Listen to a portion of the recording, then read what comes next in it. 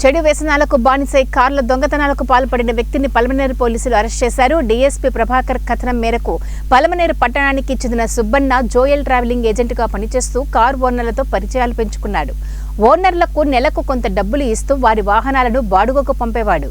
చెడు వ్యసనాలకు బానిసై ఓనర్లకు తెలియకుండా వారి కార్లను కుదవకు కూడా పెట్టడం వంటి పనులు చేయడమే కాకుండా అతని వద్ద ఉన్న సెకండ్ కీతో కార్లను దొంగలించి అమ్మకాలు చేసినట్లు డీఎస్పీ తెలిపారు. ఓనర్లు ఇచ్చిన ఫిర్యాదుతో విచారణ చేపట్టిన పలమనేరు పోలీసులు సుబ్బన్న జోయల్ను అరెస్ట్ చేసి రిమాండ్కు తరలించారు. అతని వద్ద ఉన్న 11 కార్లను సీజ్ చేశారు. సీజ్ చేసిన కార్ల విలువ 60 లక్షలు ఉంటుందని డీఎస్పీ ప్రభాకర్ తెలియజేశారు. ముద్దాయిని పట్టుకోవడంలో ప్రతిభ కనపరిచిన పలమనేరు పోలీసులను డీఎస్పీ ప్రభాకర్ అభినందించారు.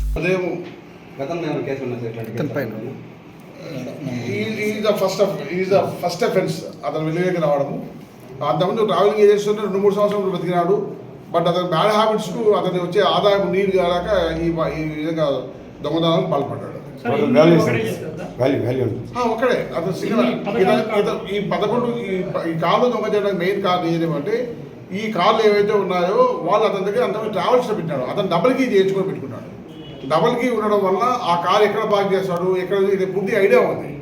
పోయి తెచ్చేవాడు, తీసుకునేవాడు, రెంట్ పే చేసేవాడు. కాబట్టి ఆ కారు పోయేసరికి వాళ్ళు కూడా సరిగ్గా ఐడియా లేకుండా పోయింది. ఇతను సఫిషియెంట్గా ఆ కీస్ పెట్టుకొని హోటల్లాగా తెచ్చుకోవడము.